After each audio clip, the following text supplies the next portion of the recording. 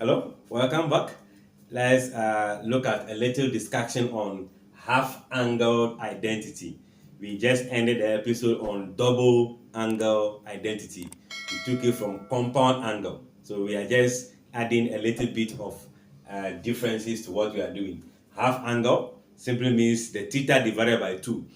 But let's begin with what we already know, which is the double angle. Let's begin with the double angle. It is derived from the double angle of what?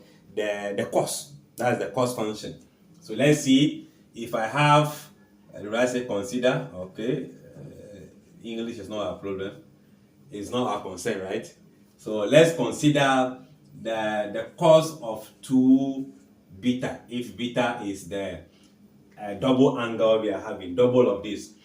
Then we know that the cos of 2 beta can be expanded as 1 minus 2 sine beta, right? No, sine square beta. This is what we have. This is not the only way. We also have 2 cos square beta minus 1, or the cos square theta minus the sine square theta. They are all derived in the previous episode. We are using this because this is cos, this is sine, so that we can derive that of what? Sine from here. So what do we do? Let's make this the subject. Remember, if this is the subject, when it comes to the left, it becomes positive. So 2 sine square beta will now be equals to 1 maintaining, this is crossing over, minus what? The cos 2 beta, right? What do we want? We wanted to find the identity for sine, the half identity for sine. So let's divide by 2, meaning I should be having sine square beta equals to 1 minus the cos 2 beta, all divided by what? 2. So now I have this. There are two ways. I can find the sine alone, or find the square. Is it square? The square root of both sides. All right. All these has not defined what the half angle is. So let's see. We can say replace. Let's replace our 2 beta by theta. If 2 beta is taken as theta, what will happen to beta? It means that beta will be equals to theta over 2. Then what will be? Beta will be equals to theta over 2. This is the half angle we are talking about.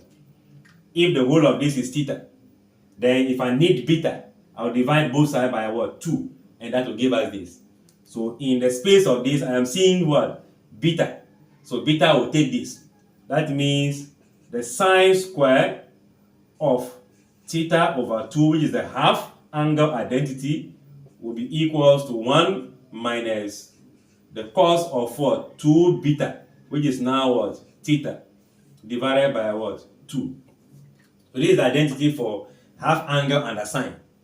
But we are seeing that this, we need to find value of the half angle that we are looking for.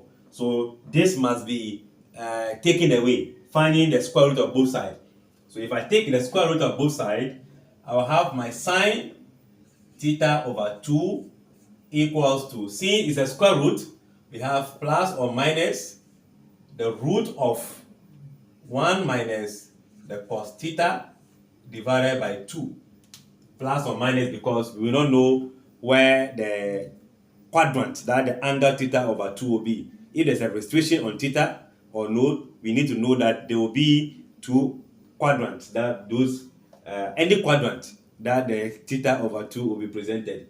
So this is in there. So this will give us our first identity. All right. What again do we need? We need that of what? Cos. So we go back to the same thing, which is the cos 2 beta. I mentioned that this is not the only way we can expand it. If you check the episode 40, I think 39, you get that as 2 cos square beta minus 1. So this one comes first. This one comes second after the 1. But here the 1 comes after that. So what do? We are still want to find this, so we make this the subject.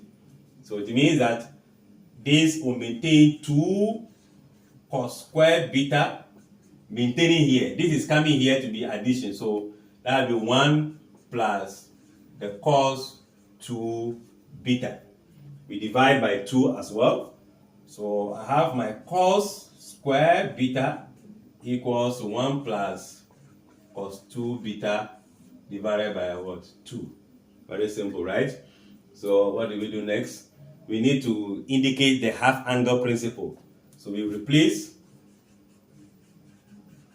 our 2 beta by theta and beta by what? Theta over 2. All right. Then by substitution, beta is taking that place. So cos of cos squared, beta become theta over 2, 1 plus the cos of theta divided by what? 2. So to get the value of cos itself, we need to indicate that the cos of this will be equals to, what do we think? We have taken square root of both sides, right? So it should be plus or minus the root of 1 plus cos theta divided by what? 2. And that will give rise to our second identity. I believe at this point you can think of the third identity, which will be what? The tan. So I'll clean here and see how we can deal with that also. So here, what do we think we do? I think we can begin with the tan half angle directly, theta over 2. If I pick that, what will it be? Remember, tan is equals to sine over what? Cos. So I can have my sine theta over 2, since I have the angle here, divided by cos theta over 2. And not to waste time, I know what this will stand for. Let's ignore the plus and minus and pick what it stands for directly. That will be 1 minus the cos theta all over 2 divided by the cos, which is the half angle. That will also give you the root 1 plus the cos theta divided by what? 2. All right, the plus and minus will still be there if we finish. Remember, under said, if I have the root of a over the root of b is the same as the root of what? A over b. So if that is true, it means I can put all these under the root sign as one single root. Can it work? Okay, let's go. 1 minus cos theta divided by 2. Can I jump the method? Okay, let's jump and come back to this place. 1 plus cos theta over 2. If here we change this very bar, which is division, to this, I think all of them will fall under this. And remember that if you reciprocate this, the 2 will come up, will cancel this. So we can rewrite this as a single fraction without the 2. Let's see how that will look like. So from here, we can see that our tan theta on 2 will be equals to still plus or minus the root of 1 minus the cos theta divided by 1 plus what? Cos theta. So this will give rise to our third identity. All right. I think this shows the half angle identity for the 3 main basic functions. Now there is other approach, or let's say approach alternative to the tan theta over 2. So what do we do? Let's see. We have tan beta is the same as what? sine beta divided by cos beta, right? If we are picking that, what do we do next? Okay, there are other approaches, right? There are two other alternative form, which is a little bit of manipulation. So when I get to this place, you are watching and you have all the facts that I'll be missing out. You can dish out those facts in the comment section. Remember, the tutorials are for us to learn together. I may not know all, but I know there's a manipulation we do here to get the two sides. So here I am going to multiply here by 2 and cos beta. This will also be multiplied by 2 and cos what? Beta. Remember this, when we cancel this and cancel this, the red line maintain. But looking at the numerator, if you look at the numerator very well, you can see that this is going to be double angle concept for the sine. This is double of that. So I should be having 2 of sine. No, it's going to be 2. The 2 should be here. This is double angle expanded to give us this form. Then divided by, if I look at it down, cos beta can be squared. So that will give me 2 cos square what? Beta. Okay, what again can I do from here? If I pick this, I can remember the cos identity, double angle identity we pick. I think we picked this from the beginning. The cos of 2 beta, right? And this can be given as, taking this into consideration, what will it be? It should be cos square beta minus 1. I think it's 2 of that. Good. You can see from here, this very one, the cos square beta having 2 here. When I transpose this one, the 1 will come here and come and add. Then I'll be having this on its own. And this is what I'm seeing here.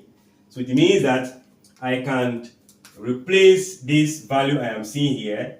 Where is it? Tan beta should be equals to sine 2 beta divided by the whole of this now become, this is coming to add. So 1 plus cos square what? Beta. I don't know if I've made sense. You let me know in the comment section if you are getting this aspect. So now remember what we did. We replaced the 2 beta by theta. Then in that case, beta will become half of that, right? Half of the theta. So I will not write that again. So I only say that the tan of theta over 2 will now be equals to, this will be sine of what? Theta. The whole of this become what? Theta. Then divided by 1 plus the cos of what? Theta. So this is our 3a, the identity 3a. And this become identity what? 3b. Does it make sense? In this case, this can also be used without the square root. Which means that this gives you an exact value without plus or minus. So we can work with this. That is if this is given to you. So sine theta over 1 plus what? The cos theta. If you have any other way to prove it, you can share with that in the comment section. Now this is the B. We can also have the C. You ask, why did I use 2 cos beta, not sine beta? How will I know that? You just use the cos. We can also use the sine to get the next identity. So let's see how that will also look like. Okay, so recall from here, we still have our tan of beta equals to the usual sine beta over cos what? Beta by the identity. So now what do? We are now going to introduce our identities that we use the manipulation. So 2 sine beta, 2 sine what? Beta. So that the sine can cancel, the 2 will cancel, just like we did in the case of this. Now, if that is out of the way, we can say that this is going to be 2 sine square beta, I think in the case of this.